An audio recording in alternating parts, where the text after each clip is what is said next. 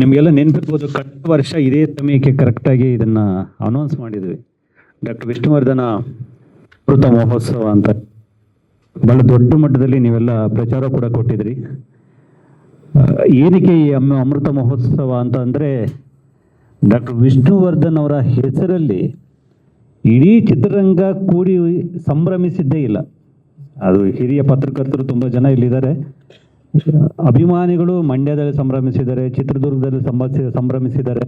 Cinema events ಆಗಿದೆ ಅವರ producer ಕಡೆಯಿಂದ ಬಿಟ್ಟರೆ, ಅವರ 200 ಸಿನಿಮಾಗಳು, ಅವರ ಪರಭಾಷೆಯ 30ಕ್ಕೂ ಹೆಚ್ಚು ಚಿತ್ರಗಳು ಮತ್ತು 40 ವರ್ಷಗಳ ಸುದೀರ್ಘ ಪಯಣ, ಈ ಯಾವುದನ್ನು ಕೂಡ ಕನ್ನಡ ಚಿತ್ರರಂಗ ಸಂಭ್ರಮಿಸಲೇ ಇಲ್ಲ, ಗೌರವಿಸಲೇ ಇಲ್ಲ, ಒಗ್ಗೂಡಬೇಕು ಅವರ ಹೆಸರಲ್ಲಿ ಅಂತ ಅನ್ನಿಸ್ಲೇ ಇಲ್ಲ ಅವರಿಗೆ.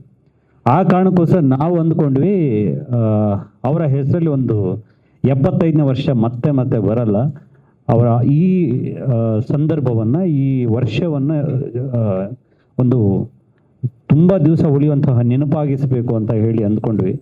ಸೊ ಈ ಕಾರಣಕ್ಕೆ ನಾವು ಅಮೃತ ಮಹೋತ್ಸವ ಅಂತ ಹೇಳಿ ಕಳೆದ ವರ್ಷ ರಾಜೇಂದ್ರ ಸಿಂಗ್ ಬಾಬು ಸರ್ ಮತ್ತು ಎಸ್ ನಾರಾಯಣ್ ಅವರ ಸಮಕ್ಷಮದಲ್ಲಿ ಅದನ್ನು ಅನೌನ್ಸ್ ಮಾಡಿದ್ವಿ ಕೂಡ. ಆದರೆ ಅದಾದಮೇಲೆ ನನಗೆ ಅದರ ವ್ಯಾಪ್ತಿ ಅರ್ಥವಾಗಲಿಲ್ಲ. ಸುಮಾರು ಅದರ ಬಡ್ಜೆಟು ಹೋಗ್ತಾ ಹೇಗಾಯಿತು ಅಂತಂದರೆ, ಸುಮಾರು 3.5 ರಿಂದ 4 ಕೋಟಿ ಅಷ್ಟಾಯಿತು. ಪ್ಯಾಲೇಸ್ ಗ್ರೌಂಡಲ್ಲಿ ಮಾಡ್ತೀವಿ ಅಂತ ಅಂದ್ಕೊಂಡಿದ್ವಿ. ಆಮೇಲೆ ಟೈಮ್ ತುಂಬ ಕಡಿಮೆ ಇತ್ತು. ಸೊ ನಾವು ಅಂದ್ಕೊಂಡ್ವಿ, ಇದು ಅವರ ಹೆಸರಲ್ಲಿ ಇಷ್ಟೊಂದು 3 ಕೋಟಿ 4 ಕೋಟಿ ಈವೆಂಟ್ ಮಾಡುವಷ್ಟು ಶಕ್ತಿ ಒಂದು ನನಗಿರಲಿಲ್ಲ. ಎರಡನೇದು, ಅಷ್ಟು ದುಡ್ಡು ಒಂದು ಕಾರ್ಯಕ್ರಮಕ್ಕೆ ಖರ್ಚು ಮಾಡೋದಕ್ಕಿಂತ, ರಾಜೇಂದ್ರ ಸಿಂಗ್ ಸರ್ ನನಗೆ ಯಾವಾಗ ಹೇಳ್ತಿರ್ತಾರೆ, ವಿದ್ಯಾರ್ಥಿಗಳಿಗೆ ಏನಾದರೂ ಸ್ಕಾಲರ್ಶಿಪ್ ಮಾಡಿ, ಯಾರನ್ನ ಓದಿಸಿ ಸಂಭ್ರಮಿಸಿ, ಬಟ್ ಅದನ್ನು ಕಡಿಮೆ ಮಾಡಿಕೊಂಡು ಬೇರೆ ಕೆಲಸಗಳಿಗೆ ಬಳಸಿ ಅನ್ನೋಂಥ ಮಾತನ್ನು ಹೇಳ್ತಿರ್ತಾರೆ. ನನಗದು ಸರಿ ಅನ್ನಿಸ್ತು ಕೂಡ. ಆ ಕಾರಣಕ್ಕೆ ಸ್ವಲ್ಪ ಸುಧಾರಿಸ್ಕೊಂಡು ಬೇರೆ ರೀತಿಯಲ್ಲಿ ಪ್ಲ್ಯಾನ್ ಮಾಡ ಅಂತ ಹೇಳಿ ಇಷ್ಟು ದಿವಸ ಕಾದ್ವಿ. 75 ವರ್ಷ ಹೆಂಗೋ 1 ವರ್ಷ ಇರುತ್ತೆ, ಅದರಿಂದ ಮಾಡಿಬಿಡೋಣ ಅಂತ ಹೇಳಿ ಪ್ಲ್ಯಾನ್ ಮಾಡ್ಕೊಂಡ್ವಿ. ಸೊ ಈಗ ಆ ಸಂದರ್ಭ ಬಂದಿದೆ. ಸೆಪ್ಟೆಂಬರ್, ಇವತ್ತು ಅದೇ ಡೇಟ್ ಅನೌನ್ಸ್ ಮಾಡಲಿಕ್ಕೆ ಅಂತಲೇ ನಾವು ಇಲ್ಲಿ ಸೇರಿದ್ದೀವಿ. ಸೆಪ್ಟೆಂಬರ್ 27ಕ್ಕೆ ಡಾಕ್ಟರ್ ವಿಷ್ಣುವರ್ಧನ ಅಮೃತ ಮಹೋತ್ಸವ ಆಯೋಜಿಸಿದ್ದೇವೆ. ಕಳೆದ ಬಾರಿ ನಾವು ಏನನ್ನೆಲ್ಲ ಪ್ಲ್ಯಾನ್ ಮಾಡಿದ್ವು ಅದೆಲ್ಲವೂ ಕೂಡ ಈ ಸಲ ಕೂಡ ಇರುತ್ತೆ. 1 ದಿವಸದ ಉತ್ಸವ, ಬೆಳಗ್ಗೆ 6ರಿಂದ ರಾತ್ರಿ 12 ಗಂಟೆ ತನಕ ಅಂತ ಪ್ಲ್ಯಾನ್ ಮಾಡಿದ್ವಿ. ಬೆಳಿಗ್ಗೆ 6ಕ್ಕೆ ಹೇಗೆ ಶುರುವಾಗುತ್ತೆ, 12ಕ್ಕೆ ಹೇಗೆ ಮುಗಿಯುತ್ತೆ ಅನ್ನೋದಕ್ಕೆ ಒಂದು ಅದ್ಭುತವಾದಂತಹ ಒಂದು ಯೋಜನೆಯನ್ನು ಸಿದ್ಧಪಡಿಸಿದ್ದೀವಿ. ಆ ಎಲ್ಲವೂ ಕೂಡ ಸೆಪ್ಟೆಂಬರ್ 6ಕ್ಕೆ ಮತ್ತೊಂದು ಪತ್ರಿಕಾಗೋಷ್ಠಿಯಲ್ಲಿ ಹಂಚ್ಕೋತೀವಿ. ಇವತ್ತು ನಿಮ್ಮ ಜೊತೆಗೆ ಡೇಟ್ ಅನೌನ್ಸ್ ಮಾಡೋದಿತ್ತು, ಅದನ್ನು ಹೇಳಬೇಕಾಗಿದೆ. ಮತ್ತು ನಮ್ಮ ಜೊತೆಯಲ್ಲಿ ಈಗಲೂ ಕೂಡ ಹತ್ರ ಕೋಟಿ ರೂಪಾಯಿ ಅಷ್ಟು ಖರ್ಚಾಗ್ತಿದೆ. ಬಟ್ ಅಷ್ಟು ಮಾತ್ರ ಭಗವಂತ ನನಗೆ ಶಕ್ತಿ ಕೊಟ್ಟಿರೋದ್ರಿಂದ, ಮತ್ತು ಕೆಲವು ಗೆಳೆಯರನ್ನು ಕೊಟ್ಟಿದ್ದಾರೆ. ನನ್ನ ಭಾಗದಲ್ಲಿ ಸಿದ್ದರಾಜು ಅಂತ ಇರ್ತಾರೆ, ನಿಮಗೆ ತುಂಬ ಜನ ಗೊತ್ತಿರಬೇಕು. ಅವರದ್ದೇ ಆದಂತಹ ಸ್ವಂತ LED ಮತ್ತು ಸೌಂಡ್ ಸಿಸ್ಟಮ್ ಇರುವಂತಹ ರಾಜ್ ಇವೆಂಟ್ಸ್ ಅಂತ ಅವರು ಜೊತೆಯಾಗಿದ್ದಾರೆ. ಜೊತೆಗೆ ಮೋನಿಕಾ ಅಂತ ಹೇಳಿಬಿಟ್ಟು ಅವರು ನಮ್ಮ ಜೊತೆಯಾಗಿದ್ದಾರೆ. ಮತ್ತು ಇವರಿಬ್ಬರು ಇದ್ದಾರೆ. ಇನ್ನು ಸೇರಿಕೊಳ್ಳುವಂತಹ ಬಳಗ ದೊಡ್ಡದಿದೆ. ಅನಿವಾರ್ಯ ಕಾರಣಗಳಿಂದ ಇನ್ನೊಂದಷ್ಟು ಜನ ಬರಬೇಕಿತ್ತು, ಬರಲಿಲ್ಲ. ಬಟ್ ಮುಂದಿನ ಸೆಪ್ಟೆಂಬರ್ 6ರ ಪತ್ರಿಕಾಗೋಷ್ಠಿಗೆ ನೀವು ಭಾಳ ದೊಡ್ಡ ಜನ ಇಲ್ಲಿ ನೋಡ್ತೀರಿ. ಯಾಕೆಂದರೆ ಅವರೆಲ್ಲರೂ ಅವರ ಒಡನಾಡಿಗಳು. ಇಡೀ ಚಿತ್ರರಂಗವನ್ನು ಇವರಷ್ಟೇ ಒಗ್ಗೂಡಿಸಬಲ್ಲರು. ಇವರನ್ನು ಮುಂದೆ ಇಟ್ಕೊಂಡು ಇಡೀ ವಿಷ್ಣು ಸರ್ ಅವರ ಒಡನಾಡಿಗಳು, ಸಹವರ್ತಿಗಳು, ಅವ್ರ ಜೊತೆ ಸಿನಿಮಾ ಮಾಡಿದಂಥವರು ಎಲ್ಲರನ್ನೂ ಸೇರಿ ಒಂದು 25,000 ಅಭಿಮಾನಿಗಳ ಸಮಕ್ಷಮದಲ್ಲಿ ಕಾರ್ಯಕ್ರಮ ಆಗುತ್ತೆ. ಬೆಳಿಗ್ಗೆಯಿಂದ ರಾತ್ರಿ ತನಕದ ಕಾರ್ಯಕ್ರಮ. ಟೋಟಲ್ ಬೆಳಿಗ್ಗೆಯಿಂದ ಸಂಜೆ ತನಕ ಬಂದು ಹೋಗೋರ ಸಂಖ್ಯೆ ಮಿನಿಮಮ್ ಅಷ್ಟು ಇರುತ್ತೆ ಅಂತ. ಜಾಸ್ತಿ ಆಗಬೇಕು ಅಂತ ಅಂದ್ಕೊಂಡ್ರು ಕೂಡ ಅಲ್ಲಿ ನಂದಿ ಲಿಂಕ್ ಗ್ರೌಂಡಲ್ಲಿ ಅದು ಸಾಧ್ಯ ಇಲ್ಲ. ಅಟ್ ಎ ಟೈಮ್ ಒಂದು 5,000 ಜನಕ್ಕೆ ಅಷ್ಟೇ ಸೀಟಿಂಗ್ ಇದೆ. ಸೊ ಬೆಳಿಗ್ಗೆಯಿಂದ ಸಂಜೆ ತನಕ ಫುಟ್ಬಾಲ್ ಅಷ್ಟು ಇರುತ್ತೆ ಅಂತ ಬಿಟ್ಟು ನಾವು ಅಂದ್ಕೊಂಡಿದ್ವಿ. ಅದು ನಮಗೆ ಇದುವರೆಗೂ ಗೊತ್ತಿರೋವಂಥದ್ದು.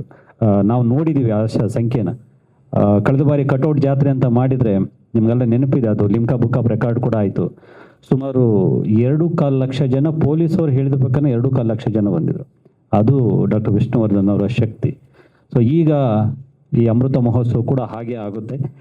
ಈ ಅಮೃತ ಮಹೋತ್ಸವ ಸಭಾಂಗಣದಲ್ಲಾಗಲ್ಲ, ಇಡೀ ರಾಜ್ಯದಲ್ಲಿ ಆಗುತ್ತೆ. ಅದು ಹೇಗಾಗುತ್ತೆ ಅನ್ನೋಂಥದ್ದಕ್ಕೆ ಒಂದು ನಾವು ಯೋಜನೆಗಳನ್ನು ಸಿದ್ಧಪಡಿಸ್ಕೊಂಡು ಡಾಕ್ಟರ್ ವಿಷ್ಣು ಸೇನಾ ಸಮಿತಿ ಭಾಳ ದೊಡ್ಡ ಸಂಘಟನೆ ವಿಷ್ಣುವರ್ಧನ್ ಅವರ ಅಭಿಮಾನಿಗಳ ಪಾಲಿಗೆ ಆ ಸಂಘಟನೆ ಇದುವರೆಗೂ ಕರ್ನಾಟಕದ ಸುಮಾರು 200ಕ್ಕೂ ಹೆಚ್ಚು ಶಾಖೆಗಳನ್ನು ಹೊಂದಿರುವಂತಹ ಸಂಘಟನೆ. ಆ ಸಂಘಟನೆ ಮೂಲಕ ರಾಜ್ಯದ ಪ್ರತಿ ಜಿಲ್ಲೆ, ಪ್ರತಿ ತಾಲೂಕಲ್ಲೂ ಕೂಡ ಸೆಪ್ಟೆಂಬರ್ 27 ಒಂದೊಂದು ಅದ್ಭುತವಾದಂತಹ ಒಂದು ಸಂಭ್ರಮಕ್ಕೆ ನಾವೆಲ್ಲ ಸಾಕ್ಷಿ ಆಗ್ತಾ ಇದ್ದೀವಿ. ಇದನ್ನು ಹೇಳಲಿಕ್ಕೆ ನಿಮ್ಮನ್ನು ಮುಖಾಮುಖಿ ಆಗ್ತಾ ಇದ್ದೀನಿ. ದಯವಿಟ್ಟು ಇದನ್ನು ಕಟ್ಟಕಡೆ ಅಭಿಮಾನಿಗೂ ತಲುಪಿಸುವಂತಹ ಕೆಲಸ ನೀವಷ್ಟೇ ಮಾಡಬಲ್ರಿ. ಸೊ ಆ ಯಜಮಾನರ ಬದುಕಿನ ಜೊತೆಗೆ ಅದೆಷ್ಟೋ ಜನ ಇಲ್ಲಿರುವಂಥವ್ರೆಲ್ಲರೂ ಇದ್ದೀರಿ, ನೀವು ನೋಡಿದ್ದೀರಿ. ಅವರಿಗೆ ಈ ಥರದ್ದೊಂದು ಸಂಭ್ರಮ ಆಗಿಲ್ಲ ಅನ್ನೋಂತಹ ನೋವು ನೀವುಗಳು ತುಂಬ ಸಲ ವ್ಯಕ್ತಪಡಿಸಿದಿರಿ. ಇದು ಆಗಬೇಕಾಗಿತ್ತು ಅಂತ ಕೂಡ ಎಷ್ಟೋ ಜನ ಹೇಳಿದಿರಿ. ಆ ಕಾರಣಕ್ಕೋಸ್ಕರ ಇದು ಆಗ್ತಿದೆ. ಆ ಸಂಭ್ರಮವನ್ನು ನಿಮ್ಮ ಜೊತೆಗೆ ಹಂಚ್ಕೊಂಡ್ವಿ. ಉಳಿದಿದ್ದನ್ನು ಸುಂದರ ಸರ್ ಮಾತಾಡಬೇಕು ಅಂತ ಕೇಳ್ಕೊತೀನಿ. ನನ್ನ ಮಾಧ್ಯಮ ಹಾಗೂ ಪತ್ರಿಕಾ ಮಿತ್ರರಿಗೆ, ಇದೇನು ನಮ್ಮ ಡಾಕ್ಟರ್ ವಿಷ್ಣುವರ್ಧನ್ ಅವರ ಹೆಸರಿನಲ್ಲಿ ಅಮೃತ ಮಹೋತ್ಸವವನ್ನು ಒಂದು ಆಯೋಜಿಸಲಾಗಿದೆ. ಇದಕ್ಕೆ ನಾವೆಲ್ಲ ಭಾಗಿಯಾಗ್ತೀವಿ. ಕಾರಣ ಇಷ್ಟೇ, ವಿಷ್ಣುವರ್ಧನ್ ಅವರ ಕೊಡುಗೆ ಕೇವಲ ಸಾಂಸ್ಕೃತಿಕ ಲೋಕಕ್ಕೆ ಮಾತ್ರ ಆಗಿರಲಿಲ್ಲ, ಅದು ಇಡೀ ಒಂದು ಹೆಣ್ಣು ಜನಾಂಗಕ್ಕೆ, ಅಂದರೆ ಅವರಿಗೆ ಒಂದು ಹೆಣ್ಣು ಮಕ್ಕಳ ಬಗ್ಗೆ ಯಾವ ರೀತಿ ಒಂದು ಗೌರವ ಇತ್ತು ಅದನ್ನು ಅವರ ಶ್ರೀಮತಿಯವ್ರನ್ನೇ ಅವರು ತಾಯಿ ಅಂತ ಕರಿತಾ ಇದ್ರು, ಮಾಯಿ ಅಂತ ಕರಿತಾ ಇದ್ರು. ಬಹುಶಃ ನಾವು ಇವತ್ತು ಆ ಒಂದು ಮಾತಿಗೆ, ಅಂದರೆ ಆ ಮಾತೃ ಭಕ್ತಿಯಿಂದ ಅವರು ಕೆಲಸ ಮಾಡಿದ ಈ ಚಿತ್ರರಂಗಕ್ಕೆ ಕೊಟ್ಟ ಕೊಡುಗೆ ಅಪಾರವಾದದ್ದು. ಅದಕ್ಕೆ ಅವರು ಯಾವತ್ತೂ ಶಾಶ್ವತವಾದ ಕನ್ನಡ ಚಿತ್ರರಂಗಕ್ಕೆ ಅವರು ಯಜಮಾನ ಅಂತಲೇ ಕರೆಯೋಕ್ಕಾಗತ್ತೆ. ಯಾಕೆಂದರೆ ಡಾಕ್ಟರ್ ರಾಜ್ಕುಮಾರ್ ಕೂಡ ಆ ಯಜಮಾನ ಚಿತ್ರವನ್ನು ನೋಡಿದ ನಂತರ ಅವರು ಭಾವುಕರಾಗಿ ಹೇಳಿದ ಒಂದು ಮಾತು, ನಾನು ನಿಮ್ಮನ್ನು ನೋಡಬೇಕು ಅಂತ ಕೇಳಿದಾಗ, ಇಲ್ಲ ನೀವು ಇರೋ ಜಾಗಕ್ಕೆ ನಾನೇ ಬರ್ತೀನಿ ಅಂತ ಹೇಳಿ ಈ ಯಜಮಾನ ಆ ಯಜಮಾನನ ನೋಡಕ್ಕೆ ಹೋಗ್ತಾರೆ. ಇದು ನಮ್ಮ ಬಾಂಧವ್ಯ, ಕನ್ನಡ ಚಿತ್ರರಂಗದ ಒಂದು ಗಟ್ಟಿತನ ಅಂತ ಹೇಳಕ್ಕೆ ನಾನು ಇಷ್ಟಪಡ್ತೀನಿ. ಇವತ್ತು ನನಗೆ ಈ ಒಂದು ಅಮೃತ ಮಹೋತ್ಸವ ಯಾಕೆ ಬೇಕು ಅಂತ ಕೇಳಿದಾಗ ನನಗೊಂದು ನೆನಪಾಯಿತು. ಅದು ಕೇವಲ ಅಮೃತ ಮಹೋತ್ಸವ ಒಂದು ಆಚರಿಸಿ ಅಲ್ಲಿಗೆ ಬಿಟ್ಟುಬಿಟ್ರೆ ಅದು ಆಗೋದಿಲ್ಲ. ಆ ಒಂದು ಹೆಸರಿನಲ್ಲಿ ಅಮೃತ ಉತ್ಸವದ ಒಂದು ಭವನ ಆಗಬೇಕು, ಅದು ವಿಷ್ಣುವರ್ಧನ್ ಹೆಸರಲ್ಲಿ ಆಗಬೇಕು ಅನ್ನೋದು ನನ್ನ ಇಚ್ಛೆ. ಇದು ಕೆಲವೇ ದಿನ ಇದ್ದರೂ ಕೂಡ 10-12 ವರ್ಷದಲ್ಲಿ ಕೆಲಸ ಮಾಡಿದಂಥ ಕನ್ನಡ ಚಿತ್ರರಂಗಕ್ಕೆ ಒಂದು ಹೊಸ ಸ್ವರೂಪವನ್ನೇ ಕೊಟ್ಟಂಥ ಶಂಕರ್ ನಾಗ್ ಹೆಸರಿನಲ್ಲಿ ಅವರು ಶ್ರೀಮತಿ ಅರುಂಧತಿ ನಾಗ್ ಅವರು ಒಂದು ರಂಗಶಂಕರ ಅಂತ ಒಂದು ಮಾಡಿ ಇವತ್ತಲ್ಲಿ ಪ್ರತಿದಿನ ನಾಟಕದ ಒಂದು ಕೆಲಸ ನಡೀತಾ ಇರುತ್ತೆ. ಬಹುಶಃ ನನಗೆ ಮೊನ್ನೆ ಕೂಡ ಹೇಳ್ತಾ ಇದ್ದೆ, ಇವತ್ತಿಗೂ ಅಲ್ಲಿ ಟಿಕೆಟ್ ಸಿಗೋದಿಲ್ಲ, ಹೌಸ್ಫುಲ್ ಆಗಿಬಿಡುತ್ತೆ. ಸರಿ, ಸುಮಾರು 300 ಸೀಟ್ ಇದೆ. ಆ 300 ಸೀಟು ಬಾಬು ಸರ್, ಪ್ರತಿನಿತ್ಯ ಪ್ರತಿ ನಾಟಕಕ್ಕೂ ಜನ ಬರ್ತಾ ಇದ್ದಾರೆ, ನೋಡ್ತಾ ಇದ್ದಾರೆ. ಅದೊಂದು ಶಾಶ್ವತವಾಗಿ ರಂಗಶಂಕರ ಅಂತ ಶಂಕರ್ನಾಗ್ ಹೆಸರಲ್ಲಿ ಶಾಶ್ವತವಾಗಿ ಉಳ್ಕೊಂಡ್ಬಿಡ್ತು. ಯಾಕೆಂದ್ರೆ ಶಂಕರ್ನಾಗಿಗೆ ಇದ್ದಂಥ ಆ ರಂಗಭೂಮಿ ಬಗ್ಗೆ ಇದ್ದಂಥ ಅತ್ಯಂತ ಆಸಕ್ತಿ ಅದೇ ರೀತಿ ಸಿನಿಮಾ ಬಗ್ಗೆನೂ ಇತ್ತು. ಆದರೆ ಅದಕ್ಕೂ ಮೀರಿದ್ದು ವಿಷ್ಣುವರ್ಧನ್. ಯಾವ ವಿಚಾರದಲ್ಲಿ ಅಂದರೆ, ಯಾವುದೇ ಕಲಾವಿದ, ಯಾವುದೇ ನಿರ್ದೇಶಕ, ಯಾವುದೇ ನಿರ್ಮಾಪಕ ಏನೇ ಕನ್ನಡಕ್ಕೆ ಒಂದು ಕೊಡುಗೆ ಕೊಟ್ಟ ತಕ್ಷಣ ಅವ್ರನ್ನ ಮನೆಗೆ ಕರೆಸಿ ಅವ್ರಿಗೆ ಒಂದು ಅಭಿನಂದನೆ ಸಲ್ಲಿಸೋದು ಅದು ವಿಷ್ಣುವರ್ಧನ್ ಅವರ ವಾಡಿಕೆ ಆಗಿತ್ತು. ಬಹುಶಃ ನನಗೆ TN ಸೀತಾರಾಮ್ ಅವರ ಒಂದು ಸೀರಿಯಲ್ ನೋಡಿಬಿಟ್ಟು ಅವ್ರನ್ನೆಲ್ಲ ಕರೆಸಿ ಮನೆಗೆ ಆ ಕಲಾವಿದರನ್ನೆಲ್ಲ ಬೆನ್ನು ತಟ್ಟಿದ ಮಹಾನ್ ಕಲಾವಿದ ಡಾಕ್ಟರ್ ವಿಷ್ಣುವರ್ಧನ್. ಸೊ ಹೀಗಾಗಿ ವಿಷ್ಣುವರ್ಧನ್ ಅನೇಕ ಕೆಲಸಗಳನ್ನ ನಾವು ಸ್ಮರಿಸ್ತೀವಿ, ಇವತ್ತು ಅದನ್ನು ಉಸಿರಾಡ್ತೀವಿ. ನನಗೆ ಒಂದು ಹೆಜ್ಜೆ ಜಾಸ್ತಿ ಅಭಿಮಾನ, ಯಾಕೆಂದರೆ ನನ್ನ ಸಹಪಾಠಿ, ನ್ಯಾಷನಲ್ ಕಾಲೇಜಿನ ವಿದ್ಯಾರ್ಥಿ, ಅದಕ್ಕೂ ಮುಂಚೆ ನ್ಯಾಷನಲ್ ಹೈಸ್ಕೂಲ್ನ ಗೆಳೆಯ ನನಗೆ. ಅವರು ಮಾಡಲ್ ಹೈಸ್ಕೂಲಲ್ಲಿ ಓದ್ತಾಯಿದ್ರು, ನಾನು ನ್ಯಾಷನಲ್ ಹೈಸ್ಕೂಲಲ್ಲಿ ಓದ್ತಾಯಿದ್ದೆ. ಬಹುಶಃ ಚಾಮರಾಜಪೇಟೆಗೂ ಗಾಂಧಿ ಬಜಾರ್ಗೂ ಅಂತರ ಕೇವಲ 1 ಕಿಲೋಮೀಟ್ರ್ ಇತ್ತು ಅಷ್ಟೇ. ಬಟ್ ಏನಂದರೆ ನನಗೂ ಗೊತ್ತಿರಲಿಲ್ಲ, ನಾನು ಒಂದು ಕಾಲದಲ್ಲಿ ಅವ್ರ ಜೊತೆ ಅಭಿನಯಿಸ್ತೀನಿ, ಸಿನಿಮಾಗೆ ಬರ್ತೀನಿ ಅಂತ ನನಗೂ ಕನಸು ಮೆಣಸಲ್ಲಿ ಎಣಿಸಿರಲಿಲ್ಲ. ಅವರಂತೂ ಮುಂಚಿನಿಂದ ಸಿನಿಮಾ ಮಾಡಬೇಕು ಅನ್ನೋ ಒಂದು ಆಸೆ ಇತ್ತು. ಅದನ್ನು ಅವರು ಈಡೇರಿಸಿದ್ರು. ಬಹಳ ಎತ್ತರಕ್ಕೆ ಬಾನೆತ್ತರಕ್ಕೆ ಅವರು ಬೆಳೆದರು. ಕನ್ನಡ ಚಿತ್ರರಂಗ ಮರೆಯಲಾಗದಂಥ ಅನೇಕ ಚಿತ್ರಗಳನ್ನು ಕೊಟ್ಟರು. ಅದಕ್ಕೆ ಕೊಡೋದಕ್ಕೆ ಕಾರಣವಾಗಿರೋದು ಮಹಾನ್ ಪುರುಷ ರಾಜೇಂದ್ರ ಸಿಂಗ್ ಬಾಬು ಅವರು ಇಲ್ಲೇ ಕೂತಿದ್ದಾರೆ. ಅವರ ಮತ್ತು ವಿಷ್ಣುವರ್ಧನರ ಒಡಂಬಡಿಕೆ ಬಹಳ ಮೆಚ್ಚತಕ್ಕದ್ದು. ಹೀಗಾಗಿ ಅವರ ಹೆಸರಿನಲ್ಲಿ ಅಮೃತ ಮಹೋತ್ಸವವನ್ನು ಮಾಡ್ತಾ ಇರುವಾಗ ಎಲ್ಲವನ್ನು ಮರೆತು, ಇದಕ್ಕೆ ಯಾವುದೇ ಒಂದು ಗೆರೆ ಅಡ್ಡದಾರಿ ಏನಿಲ್ಲ ಸರ್, ನಾವೆಲ್ಲ ನಿಂತು ಮಾಡುವಂಥ ಕೆಲಸ ಇದು. ಅದಕ್ಕೆ ನಮ್ಮ ಮಾಧ್ಯಮ ಮಿತ್ರರು ಯಾವತ್ತೂ ನಮಗೆ ಸಹಕಾರಿಯಾಗಿರ್ತಾರೆ. ಯಾಕೆಂದರೆ ಯಾವಾಗಲೂ ನಾನು ಕಂಡಂತಹ ಈ ಏನು ಚಿತ್ರರಂಗದಲ್ಲಿ ಮಾಧ್ಯಮ ಇದೆ, ಅದು ಪ್ರತಿನಿತ್ಯ ಕನ್ನಡವನ್ನು ಬೆಳೆಸುವಂಥ ಕೆಲಸವನ್ನು ಎಲ್ಲರೂ ಮಾಡ್ತಾ ಇದ್ದಾರೆ. ಹಾಗಾಗಿ ನಿಮ್ಮಲ್ಲಿ ಕಳಕಳಿಯ ಮನವಿ. ವೈಯಕ್ತಿಕವಾಗಿ ನಾನು ಇಲ್ಲಿ ಬಂದಿದ್ದೀನಿ. ಆದರೆ ನನಗೆ ಇನ್ನೊಂದು ಇದಿದೆ. ಯಾಕೆಂದರೆ ನನಗೆ ಚೇಂಬರು ಇದೆ, ಫಿಲಿಮ್ ಚೇಂಬರ್ ಇದೆ. ನಾನು ಇಲ್ಲಿ ಇನ್ನೂ ಅಲ್ಲಿ ಮಾತಾಡಿಲ್ಲ ನಾನು. ಆದರೂ ಕೂಡ ಈಗಾಗಲೇ ಒಂದು ಪತ್ರ ನಮ್ಮ ಅಧ್ಯಕ್ಷರಿಗೆ ನೆನ್ನೆ ಬಂದಿದೆ. ಅದನ್ನು ವೀರಕಪುತ್ರ ಅವರು ಕಳಿಸಿದ್ದಾರೆ.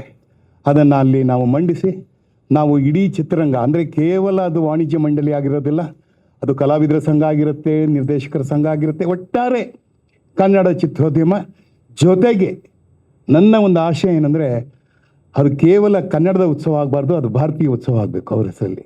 It should become A national event. ಒಂದು ರಾಷ್ಟ್ರ ಮಟ್ಟದ ಒಂದು ಕೆಲಸ ಆಗಬೇಕು. ಯಾಕೆಂದರೆ ಅವರು ಎಲ್ಲ ಭಾಷೆಯಲ್ಲೂ ಕೆಲಸ ಮಾಡಿದ್ದಾರೆ. ಬಹುಶಃ ಅವ್ರಿಗೆ ಇದ್ದಂಥ ಒಂದು ಅಪಾರವಾದಂಥ ಇದು ಅಂತಂದರೆ, ಈ ಚಿತ್ರರಂಗ, ಕನ್ನಡ ಚಿತ್ರರಂಗ ಬೆಳಿಬೇಕು, ಜೊತೆಗೆ ಬೇರೆ ಚಿತ್ರರಂಗದವರು ಕನ್ನಡವನ್ನು ನೋಡ್ತಾ ಇಲ್ಲಿ ಬೆಳಿಬೇಕು ಅನ್ನೋದು ಭಾಳ ದೊಡ್ಡ ಮನಸ್ಸಿತ್ತು ಅವರಿಗೆ.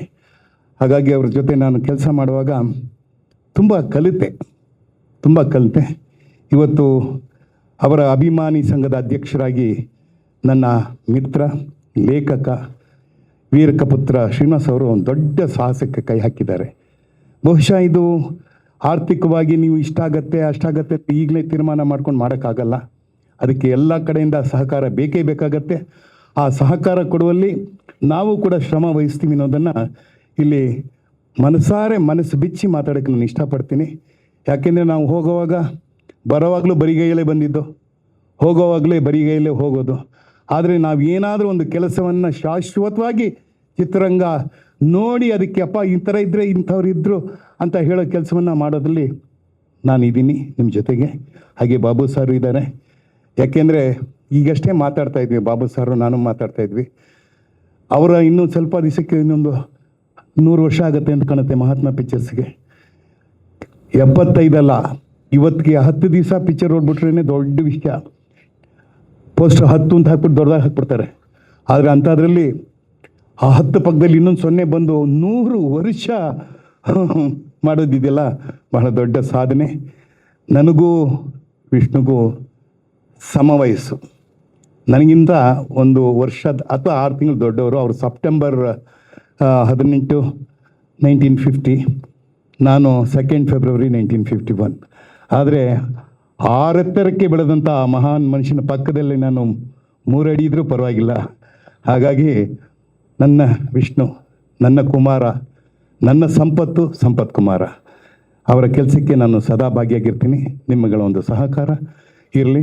ಇದೇ ಸೆಪ್ಟೆಂಬರ್ 27, 20, 26 ಬೆಳಿಗ್ಗೆ 6ರಿಂದ ರಾತ್ರಿ 12 ಗಂಟೆ ತನಕ ಬೇರೆ ಬೇರೆ ಥರದ ಕಾರ್ಯಕ್ರಮಗಳಲ್ಲಿರುತ್ತೆ. ಅದರಲ್ಲಿ ಚಿತ್ರೋತ್ಸವ ಇರುತ್ತೆ, ರಂಗಭೂಮಿಗೆ ಸಂಬಂಧಪಟ್ಟದ್ದಿರುತ್ತೆ. ಯಾಕೆಂದರೆ ಅವರು ರಂಗಭೂಮಿನಲ್ಲೂ ಕೆಲಸ ಮಾಡಿದ್ದಾರೆ, ಹಾಡುಗಾರಿಕೆ ಇದೆ. ಸೊ ಒಟ್ಟಾರೆ ಏನೇನು ಇನ್ನೂ ಯೋಜನೆಗಳು ಜಾಸ್ತಿ ಇದೆ. ಸೊ ಅದೆಲ್ಲ ಕೂತು ಚರ್ಚೆ ಮಾಡಿ ನಾವು ಅದನ್ನು ಅನುಷ್ಠಾನಕ್ಕೆ ತರೋಣ. ನನಗೆ ಈ ಒಂದು ಸಭೆಯಲ್ಲಿ ಮಾತಾಡೋಕ್ಕೆ ಅವಕಾಶ ಮಾಡಿಕೊಟ್ಟಂಥ ನಮ್ಮ ಅಧ್ಯಕ್ಷರಾದಂಥ ವೀರಕಪುತ್ರ ಶ್ರೀನಿವಾಸ್ಗೂ, ಬಾಬು ಸಾರ್ಗೂ, ಹಾಗೂ ನಮ್ಮ ಮಿತ್ರರು ಮತ್ತು ನನ್ನ ಗೆಳತಿ ತಮಗೂ ಧನ್ಯವಾದಗಳನ್ನು ಹೇಳ್ತಾ, ಮೇಲಾಗಿ ನನಗೆ ಸದಾ ಬೆನ್ನಲ್ಲಿ ನಿಂತಂಥ ನಮ್ಮ ಪತ್ರಿಕಾ ಮಿತ್ರರಿಗೂ ಹಾಗೂ ಮೀಡಿಯಾ ಮಿತ್ರರಿಗೂ ನನ್ನ ನಮಸ್ಕಾರ, ಧನ್ಯವಾದಗಳು. ವೇದಿಕೆ ಮೇಲಿರೋ ಸ್ನೇಹಿತರೆ ಹಾಗೂ ನನ್ನ ಪತ್ರಿಕಾ ಪ್ರತಿನಿಧಿಗಳೇ, ಎಲೆಕ್ಟ್ರಾನಿಕ್ ಮೀಡಿಯಾದವರೇ, ಎಲ್ಲದಕ್ಕಿಂತ ಹೆಚ್ಚಾಗಿ ನಮ್ಮ ಸ್ನೇಹಿತರೆ, ನಿಜವಾಗ್ಲೂ ನನಗೆ ವಿಷ್ಣುವರ್ಧನ್ ಅಂದರೆ ನಮ್ಮ ವಿಷ್ಣುವರ್ಧನ್ನ ಒಂದು ಒಡನಾಟ, ಪ್ರೊಫೆಷ್ನಲಿ, ಫ್ಯಾಮಿಲಿ, ಫ್ರೆಂಡ್ಶಿಪ್ ಇವೆಲ್ಲದಕ್ಕೂ ಒಂದು ನಾವಿಬ್ಬರು ಅಂಬರೀಷ್ 3 ಜನನು ಬೆಸ್ಟ್ ಫ್ರೆಂಡ್ಸ್ ಆಗಿದ್ವಿ. ಫ್ಯಾಮಿಲಿನಲ್ಲಿ ನಮ್ಮ ಫ್ಯಾಮಿಲಿಲೇನಾಗಲಿ ಅವ್ರ ಫ್ಯಾಮಿಲಿಲೇನಾಗಲಿ ಆ ರಿಲೇಷನ್ನು ಭಾಳ ನಮಗೆ ಹತ್ತಿರ ಇತ್ತು. ಇನ್ನು ಪ್ರೊಫೆಷ್ನಲ್ ರಿಲೇಷನ್ ಇದ್ದೇ ಇದೆ. ಇವತ್ತು ಕನ್ನಡ ಚಿತ್ರರಂಗದ ಚರಿತ್ರೆಯಲ್ಲಿ ಕೆಲವು ಚಿತ್ರಗಳು ನಾನು ವಿಷ್ಣು ಮಾಡಿರೋದು ಉಳ್ಕೊಂಡಿದೆ. ನಿನ್ನೆ ನನಗೆ ಅಮೆರಿಕಾದಿಂದ ಒಬ್ಬರು ಫೋನ್ ಮಾಡಿದರು, ಸರ್ ನಿಮ್ಮ ಮುತ್ತಿನ ಹಾರದು ಒಂದು ವ್ಯೂಸು ನೋಡಿದ್ದೀರಾ ಸರ್ ನೀವು ಅಂತ ಕೇಳಿದ್ರು. ಇಲ್ಲಪ್ಪ ನಾನು ಅದನ್ನು ನೋಡಿಲ್ಲ ಅಂತ. ಅವರು ಕಳಿಸ್ಕೊಟ್ರು. 14 ಕೋಟಿ ಜನ ಆಲ್ ಓವರ್ ವರ್ಲ್ಡ್ ದೇವರು ಹಾಡು ನೋಡಿದ್ದಾರೆ. 14 crores. ನಾನಂದೆ ₹1 ಕೊಟ್ಟಿದ್ರೆ ನನಗೆ 14 ಕೋಟಿ ಯಾರು ಬಂದಿತ್ತಲ್ಲ, ಇದು ಎಲ್ಲ ಹೋಗ್ತಿದೆಯೋ ಗೊತ್ತಿಲ್ಲ. ಆಗಲಿ ಬಿಡು, 14 ಕೋಟಿ ನೋಡಿದಾರಲ್ಲ, ಸಂತೋಷ. ಅಂದರೆ ಏನು ಅಂದರೆ ಒಂದೊಂದು ಸಿನಿಮಾ ಒಂದೊಂದು ಯುಗಾನೇ ಅದು ಅದನ್ನು ತೆಗಿಯೋಕ್ಕಾಗೋದಿಲ್ಲ. ಆ ಥರ ಹಲವಾರು ಚಿತ್ರಗಳಿದೆ ಚಿತ್ರರಂಗದಲ್ಲಿ. ಅದರಲ್ಲೂ ವಿಷ್ಣುವರ್ಧನ್ ಇವತ್ತು ನಿಜವಾಗ್ಲೂ ವೀರಕಪುತ್ರ ಶ್ರೀನಿವಾಸ್ ಅವರು ನನಗೆ ಈಗ ಇಲ್ಲಿಗೆ ಬಂದ ತಕ್ಷಣ ಈಗ ಹಳೆಯದೆಲ್ಲ ಜ್ಞಾಪಕ ಬರುತ್ತೆ.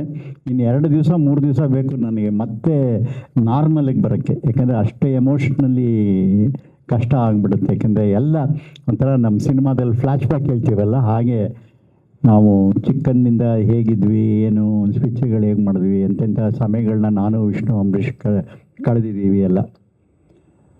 ಅದರಿಂದ ನಮ್ಮ ವೀರಕಪುತ್ರ ಅವರು ಡೆಲ್ಲಿಗೆಲ್ಲ ಕರ್ಕೊಂಡೋಗಿ ನಮ್ಮನ್ನು ಒಂದು ವಿಷ್ಣುವರ್ಧನ್ ಫಂಕ್ಷನ್ ಭಾಳ ಅದ್ಭುತವಾಗಿ ಮಾಡಿದರು.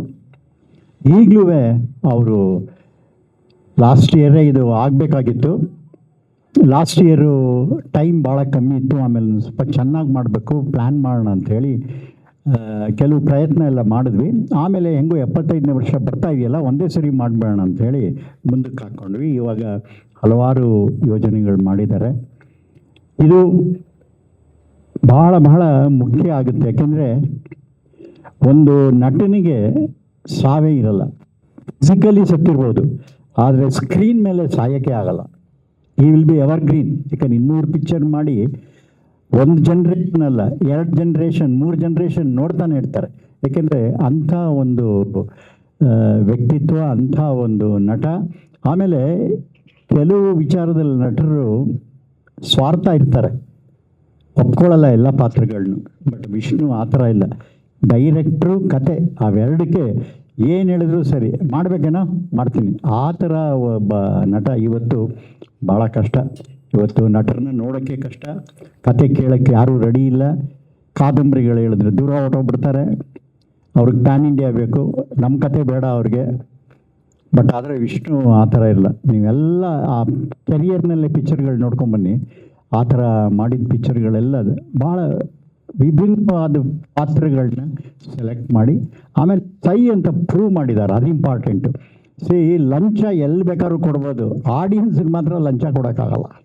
ಏನು ಆಡಿಯನ್ಸ್ಗೆ ಹೋಗ್ಬಿಟ್ಟು ನಾವು ನನ್ನ ಪಿಕ್ಚರ್ ಚೆನ್ನಾಗಿದೆ ಹೇಳು, ನನ್ನ ಪಿಕ್ಚರ್ ಚೆನ್ನಾಗಿದೆ ಅಂತ ಹೇಳೋಕ್ಕಾಗೋದೇ ಇಲ್ಲ. ಆಡಿಯನ್ಸು ಅವರು ನೋಡಿ ಬೇಷ್ ಅಂತ ಒಂದು ಸರಿ ಬೆನ್ನು ತಟ್ಬಿಟ್ಮೇಲೆ ಅದು 100% ಪ್ಯೂರ್ ಗೋಲ್ಡ್. ಅದು ಆ ಥರ ಒಂದು ವಿಷ್ಣುವರ್ಧನ್ ಅವರ ಅಭಿನಯ. ಇವತ್ತಿಗೂ ಎಷ್ಟೋ ಸಬ್ಜೆಕ್ಟ್ಗಳು ಓದ್ತಾ ಇದ್ದರೆ ನನಗೆ ವಿಷ್ಣುವೇ ಮೈಂಡಿಗೆ ಬಂದು ಹೋಗುತ್ತೆ, ಯಾರು ಇಲ್ವಲ್ಲಪ್ಪ ಮಾಡೋದಕ್ಕೆ ಅಂತ. ಈ ಥರದ್ರಲ್ಲಿ ಒಂದು ದೊಡ್ಡ ಸಾಹಸಕ್ಕೆ ಕೈ ಹಾಕಿದ್ದಾರೆ. ನಾನು ಅವ್ರಿಗೆ ಏನು ಹೇಳಿದೆ ಅಂದರೆ, ನೋಡಿ ಸ್ವಲ್ಪ ದುಡ್ಡು ಖರ್ಚು ಕಮ್ಮಿ ಮಾಡಿ ಉಳಿದಿರೋ ಖರ್ಚಲ್ಲಿ ಯಾರಿಗಾರು ಓದಿಸೋದಕ್ಕಾಗಲಿ ಇಲ್ಲ ಒಂದಿಷ್ಟು ಮೆಡಿಕಲ್ ಫೆಸಿಲಿಟೀಸ್ ಆಗಲಿ ಅದನ್ನು ಕೊಡೋದಕ್ಕೆ ಪ್ಲ್ಯಾನ್ ಮಾಡಿ. ಇದು ಇದ್ದೇ ಇದೆ, ಬರ್ತೀವಿ, ಊಟ ಮಾಡ್ತೀವಿ, ಹೊರಟೋಗ್ಬಿಡ್ತೀವಿ. ಬಟ್ ಆದರೆ ಒಂದು ಸ್ಕಾಲರ್ಶಿಪ್ ವಿಷ್ಣು ಹೆಸರಲ್ಲಿ ಒಂದು 10 ಜನ ಹುಡುಗರಿಗೆ SLCದೋ PUCದೋ ಒಂದು 50 ಜನಕ್ಕೆ ಹಾರ್ಟ್ ಆಪ್ರೇಷನ್ನು ಆ ಥರದಾದ್ರೆ ಮಾಡಿದ್ರೆ ವಿಷ್ಣುಗೆ ಅದು ಭಾಳ ಇಷ್ಟ ಆಯಿತು. ಆ ಥರದ್ದು ಭಾಳ ಇಷ್ಟ ಆಯಿತು. ಆಮೇಲೆ ನನ್ನ ಇನ್ನೂ ಒಂದು ಸಜೆಷನ್ ಏನು ಅಂದರೆ, ವಿಷ್ಣುವರ್ಧನ್ ಮಾಡಿರೋ ಪಾತ್ರಗಳ ಬಗ್ಗೆ ಒಂದು 2 ಪುಸ್ತಕ. ಯಾಕೆಂದರೆ ನೀವು ಪುಸ್ತಕದಲ್ಲಿ ಭಾಳ, ಯಾಕೆಂದರೆ ನೀವು ಮಾಡೋ ಥರ ಪುಸ್ತಕದ ಹಬ್ಬ ಎಲ್ಲ ಯಾರೂ ಮಾಡೋಕ್ಕಾಗೋದಿಲ್ಲ. ಒಂದು ಆ ಪುಸ್ತಕಕ್ಕೇ, ಆ ಬಿಸ್ನೆಸ್ಗೆ ಒಂದು ಹೊಸ ರೂಪ ತಂದು ಕೊಟ್ರಿ ನೀವು. ಆದ್ದರಿಂದ ಆ ಒಂದು ಪಿಕ್ಚರ್ಸ್ನ ಹಾಕಿ ಬೇಕಾದ್ರೆ ಒಂದು ನ್ಯಾಷನಲ್ ಕ್ರಿಟಿಕ್ಸ್ನ ಕರೆಸಿ ಅವ್ರ ಕೈಲಿ ಅದನ್ನು ವ್ಯಾಲ್ಯೂ ಮಾಡಿಸಿ ಆ ಪುಸ್ತಕಗಳು ಬರೆದ್ರೆ ಮುಂದೆ ಬರುವಂಥ ಆ್ಯಕ್ಟ್ರಿಗೆ ಮತ್ತೆ ಇವತ್ತು ಇಷ್ಟರಲ್ಲೇ ವಿಶ್ವವಿದ್ಯಾಲಯಗಳಲ್ಲೆಲ್ಲ ಶುರು ಮಾಡ್ತಾ ಇದ್ದಾರೆ ಕೋರ್ಸು. ಯಾಕಂದರೆ ನನಗೂ ಮೈಸೂರು ವಿಶ್ವವಿದ್ಯಾನಿಲಯದಲ್ಲಿ ಏನೋ ಒಂದು ಅಸೈನ್ಮೆಂಟ್ ಹೇಳ್ತಾ ಇದ್ದಾರೆ. ಅದಕ್ಕೆಲ್ಲ ಮೆಟೀರಿಯಲ್ ಬೇಕಾಗುತ್ತೆ. ಆದ್ದರಿಂದ ಈ ಥರದ ಪುಸ್ತಕಗಳು ಭಾಳ ಮುಖ್ಯ ಆಗುತ್ತೆ. ಅದನ್ನು ಮಾಡಿದ್ರೆ ತುಂಬ ಒಳ್ಳೆಯದು. ಖರ್ಚು ಎಷ್ಟು ಬೇಕು ಅಷ್ಟು ಮಾಡಿ, ಎಷ್ಟು ಉಳಿಸ್ಬಿಟ್ಟು ಆ ಕೆಲಸಗಳಿಗೆ ಯಾವ ಥರ ಒಂದು ಸ್ಕಾಲರ್ಶಿಪ್ಪು, ಆಮೇಲಿಂದ ಒಂದು ಹಾರ್ಟ್ ಆಪ್ರೇಷನ್ನು ಇಲ್ಲ ಟ್ರಾನ್ಸ್ಪ್ಲಾಂಟೇಷನ್ ಆಫ್ ದಿ ಕಿಡ್ನಿನೋ ಯಾವುದಕ್ಕಾದ್ರೂ ಒಂಚೂರು ಕೊಟ್ಟರೆ ವಿಷ್ಣು ಹೆಸರು ಯಾವಾಗಲೂ ಅದು ಅವ್ರ ಮನಸ್ಸಿನಲ್ಲೂ ಆ ಫ್ಯಾನ್ಸು ಅಲ್ಲಿ ಇದ್ದೇ ಇರ್ತಾರೆ. ನೋಡಿ, ಫ್ಯಾನ್ಸ್ ವಿಜಯ್ ಒಂದು ಉದಾಹರಣೆ. ಫ್ಯಾನ್ಸೇ ಕರ್ಕೊಂಬಂದಿದ್ದು ಇವತ್ತು ಚೀಫ್ ಮಿನಿಸ್ಟರ್. ಅಂದರೆ 5 ವರ್ಷದಿಂದ 9,000 ಫ್ಯಾನ್ಸ್ ಅಸೋಸಿಯೇಷನ್ ಮಾಡಿಕೊಂಡು ನಮ್ಮ ವಿಷ್ಣುವರ್ಧನ್ ಅಂಬರೀಷ್ಗೂ ಆ ಒಂದು ಇದಿತ್ತು. ಅಂಬರೀಷಿಗೆ ಏನು ಇಷ್ಟ ಇರಲಿಲ್ಲ, ಬೇಡ ಬಿಡು ಅಂತ ಅವನು ಕೇರೆ ಮಾಡಲಿಲ್ಲ. ವಿಷ್ಣುವರ್ಧನ್ಗೂ ಮೊದಲಿಂದ ಪಾಲಿಟಿಕ್ಸ್ಗೇನು ಬರಲಿಲ್ಲ. ಹಾಗಾದ್ರೂ fans power of the fans ಇದೆಯಲ್ಲ, ಇವತ್ತು ಅದು ಮೊದಲಿಂದ ತಮಿಳ್ನಾಡಲ್ಲಿ ಇದ್ದೇ ಇದೆ, ಆಂಧ್ರ ಪ್ರದೇಶದಲ್ಲಿದೆ. ಇವತ್ತು ಏನು ಮಟ್ಟಕ್ಕೆ ಅವರು ಬಂದಿದ್ದಾರೆ, ಏನು ಕೆಲಸ ಮಾಡ್ತಿದ್ದಾರೆ ಅನ್ನೋದು ನಮಗೆಲ್ಲ ಗೊತ್ತೇ ಇದೆ. ಆದ್ದರಿಂದ ಈ ಒಂದು ಸಂದರ್ಭದಲ್ಲಿ ನಮ್ಮ ಸಹಕಾರ ಭಾಳ ಮುಖ್ಯ. ಆಮೇಲೆ ಇದು ನಮ್ಮ ಕರ್ತವ್ಯ. ಏಕೆಂದರೆ ನಮ್ಮನ್ನು ಬಿಟ್ಟು ಒಬ್ಬ ಸ್ನೇಹಿತನ ಮತ್ತೆ ನಾವು ಅವನು ಎಲ್ಲೋ ಇದ್ದಾನೆ, ಎಲ್ಲೋ ಬದುಕಿದ್ದಾನೆ, ಅವನ ಆತ್ಮ ಎಲ್ಲೋ ಇದೆ, ಅವನ ಆತ್ಮಕ್ಕೆ ಒಂದು ಸಂತೋಷ ಸಿಗಬೇಕು ಅನ್ನೋದು ನಮ್ಮೆಲ್ಲ ಒಂದು ಕರ್ತವ್ಯ. ಮತ್ತು ಅದಕ್ಕೆ ನಾವು ರಾತ್ರಿ ಹಗಲು ಒಂದು ಕನ್ನಡದಲ್ಲಿ ಈ ಥರ ಮಾಡಿದ್ದಾರೆ ಅಂಥೇಳಿ ಬೇರೆ ದೇಶದ ಎಲ್ಲ ಕಡೆಗಳಲ್ಲೂ ಬೇರೆ ಇಂಡಸ್ಟ್ರಿನಲ್ಲಿ ಅವ್ರಿಗೆ ಒಂದು ಜ್ಞಾನೋದಯ ಆಗಬೇಕೆ. ಹೌದೇ, ಒಬ್ಬ ಆರ್ಟಿಸ್ಟ್ ಆದ್ರೂ ಅವರು ಆಮೇಲಿಂದ ಅವನ್ನ ತಗೊಂಡ್ಬಂದು ಮತ್ತೆ ಬದುಕಿಸಿ ತೋರಿಸಿದ್ದಾರೆ ಅನ್ನೋ ಒಂದು ಪ್ರೋಗ್ರಾಮ್ ಆಗಬೇಕಿದು. ಖಂಡಿತ ನಾವೆಲ್ಲ ಸೇರಿ ನಿಮ್ಮ ಕೋಆಪ್ರೇಷನ್ ನೀವು ಕೊಡ್ತೀರ, ಅದರಲ್ಲಿ ಎರಡನೇ ಮಾತೇ ಇಲ್ಲ.